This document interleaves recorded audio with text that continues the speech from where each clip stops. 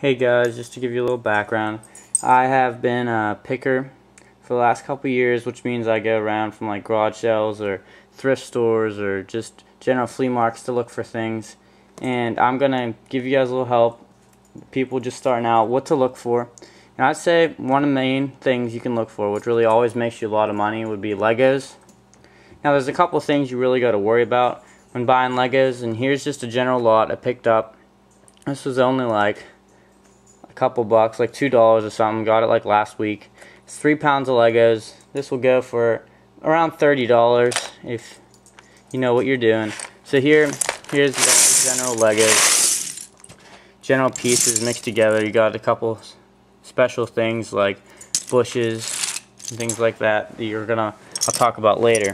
Now the main thing you're gonna want to worry about is when you're buying Legos is you got to look for these blocks here. Like you got to pull out the pieces that aren't Legos, because if they're not Legos, they're not worth the money that Legos are. I don't know, people just see the idea of Legos and they're like remembering them from their childhood or things like that, and they just really enjoy the thought of Legos. And even these kind of blocks, they don't snap together as well, and these are like mega blocks.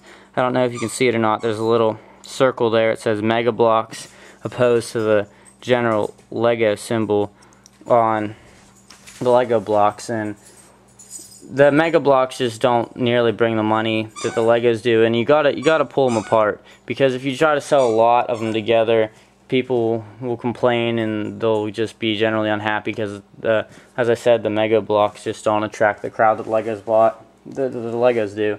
And here's some other pieces that you're gonna want to pull out from your general lots. These are the people. I know these general people here, they can bring $1 to $2 each, as long as you include the accessories like the guns and the knives and the bears and the cars and just things like that people are generally more interested in. And I know you can spend the time looking up the people too. I mean, these are just some general people, like a guy from a village and just like a race car driver. I mean, these are common people that they won't really attract a lot of attention. They're only worth like $1 each. You're just trying to want to sell them in big lots, but you still want to pull them out from the other Legos, because they're just going to bring you more money.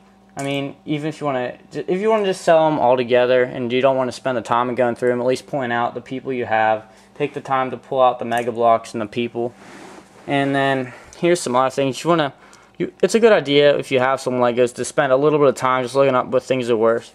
Like this plate here, it doesn't look like much. I don't know why someone want to spend so much money on it. It was $10 just for this little plate. And if you get a little bit closer, you can see the people like Star Wars, or I don't know, like other rare things like Harry Potter, they're kind of generally more collectible.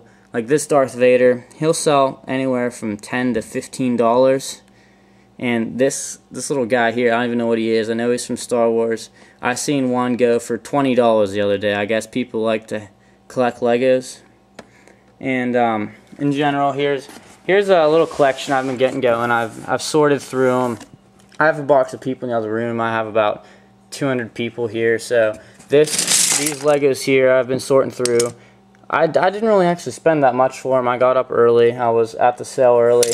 I don't remember exactly how much. It wasn't more than $20. But all the pieces I have here in this box, it should be around like 20 pounds of Legos once I get through them all here. And then the people in the other room, these Legos, I might even break them up more, sell them by like pieces of 1,000, because it's more work. But then people tend to spend more if you put in and just break them up. But the big pound lots, they'll sell, but they're not going to sell for as much. This 20 pounds of Legos here, it's going to sell for, I'd say, it should get me around $150 to $200. And the 200 people with the pieces and things like that, I mean, I pulled out the rare ones, and I'm going to hold on to those for a while before I sell them. And they should bring me around, I'd say, $250 once I get them all sold. And that's just a little tip for you guys, trying to help you out. I'll have more videos to come on other good things that sell on eBay, what to look for.